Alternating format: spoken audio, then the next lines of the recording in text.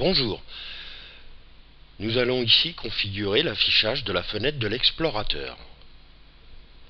Lors des premières ouvertures de celle-ci, elle se présente souvent sous la forme que vous voyez à l'écran. Nous allons modifier l'affichage. Commençons par afficher la liste de vos dossiers et son arborescence. Cliquez en bas à gauche de la fenêtre sur le bouton Dossier. Dans le volet gauche apparaît le volet Liens favoris et le volet des dossiers. Vous pouvez modifier la taille de ces volets. Maintenez enfoncé le bouton gauche de la souris sur la frontière située entre l'onglet Dossier et le volet Liens favoris, puis faites glisser vers le bas ou vers le haut pour modifier l'affichage du volet de gauche. Cliquez sur le bouton Organiser, survolez la commande Disposition, puis cliquez à droite sur la barre des menus pour afficher la barre de menu Fichier, Édition, Affichage, Outils, Aide.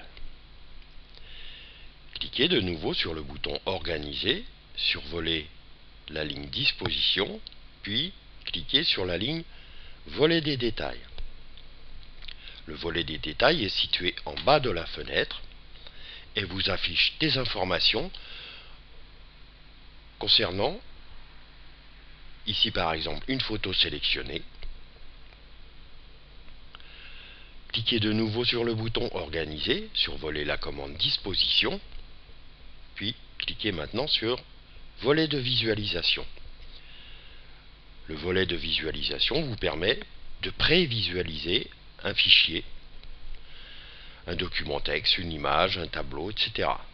Vous pouvez de la même façon augmenter ou réduire la taille du volet en maintenant enfoncé le bouton gauche de la souris sur la ligne située entre le volet des fichiers et le volet de visualisation.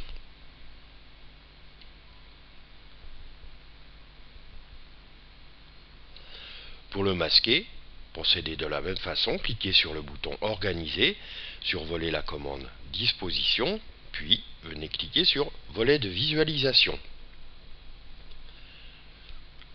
Lorsqu'un fichier est sélectionné, une image par exemple, il fait apparaître des boutons supplémentaires, comme par exemple courrier électronique pour envoyer l'image en pièce jointe à un email, pour l'imprimer, pour voir le dossier sous forme de diaporama. Dans le volet des fichiers se trouvent des colonnes, nom, date de prise de vue, date de création, etc.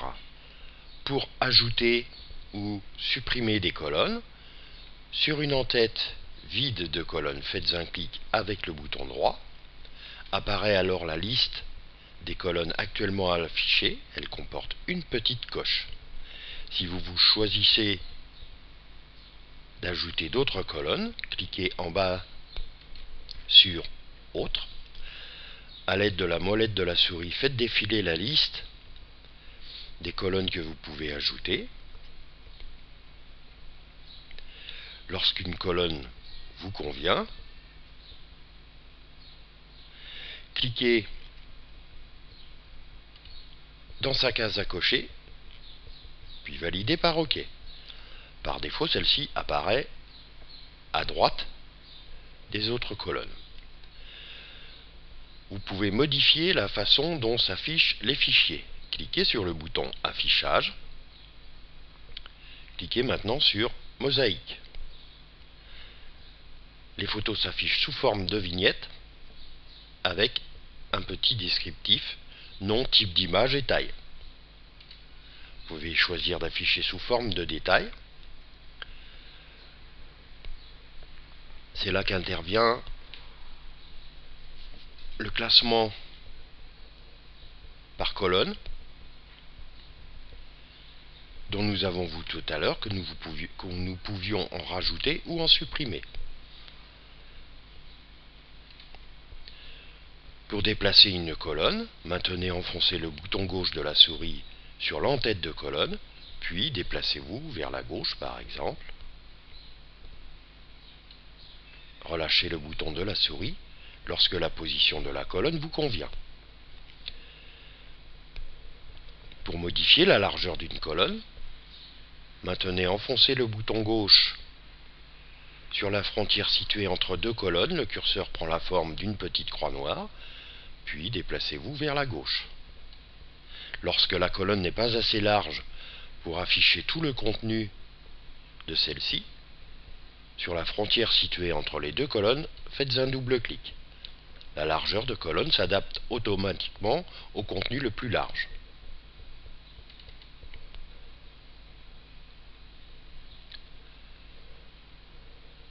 Merci, à bientôt.